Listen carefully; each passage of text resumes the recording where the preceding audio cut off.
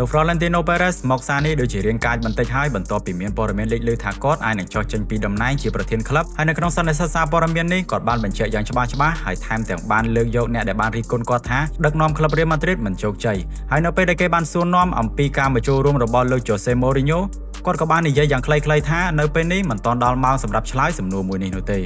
ប្រធានក្លឹបរបស់ Real Madrid គឺលោក Florentino Perez បានប្រកាសជាផ្លូវការអំពីការរៀបចំការបោះឆ្នោតជ្រើសរើសប្រធានក្លឹបថ្មីនៅក្នុងកីឡាដ្ឋាន Santiago Bernabeu ការប្រកាសមួយនេះបានកើតឡើងក្រោយរដូវកាលដ៏អាក្រក់សម្រាប់ Real Madrid ដែលមិនអាចឈ្នះពានធំៗបានសូម្បីតែមួយហើយថែមទាំងកីឡាករមានបញ្ហាឆ្លោះគ្នានៅក្នុងបន្ទប់ផ្លាស់សម្លៀកបំពាក់ទៀតផងប៉ុន្តែអ្វីដែលធ្វើឲ្យអ្នកគាំទ្រកាន់តែចាប់អារម្មណ៍បំផុតនោះគឺនៅពេលដែលគេសួរអំពីពាក្យចចាមអារ៉ាមដែលការវិលត្រឡប់មកវិញរបស់លោក Jose Mourinho គ្រូបង្វឹកសញ្ជាតិប៉ុកតេហ្គាល់រូបនេះត្រូវបានគេភ្ជាប់ជាមួយនឹងការវិលត្រឡប់មកកាន់ទឹកដី Real Madrid ម្ដងទៀតបន្ទាប់ពី Real Madrid កំពុងតែជួបបញ្ហាធ្ងន់ធ្ងរបន្ថែមពីនោះទៅទៀតលោក Florentino Perez មិនចង់និយាយអំពីគ្រូបង្វឹកឡើយគាត់បាននិយាយថាយើងមិនទាន់ដល់ដំណាក់កាលនិយាយអំពីលោក Jose Mourinho ឬក៏គ្រូបង្វឹកម្នាក់ណានោះទេនៅពេលនេះគឺយើងកំពុងតែដោះស្រាយបញ្ហាដែលក្លឹបកំពុងតែជួបហើយនៅពេលនេះលោក Florentino Perez បានបញ្ជាក់ថាគាត់នឹងចូលរួមនៅក្នុងការប្រកួតប្រជែងនៅក្នុងការបោះឆ្នោតម្ដងទៀត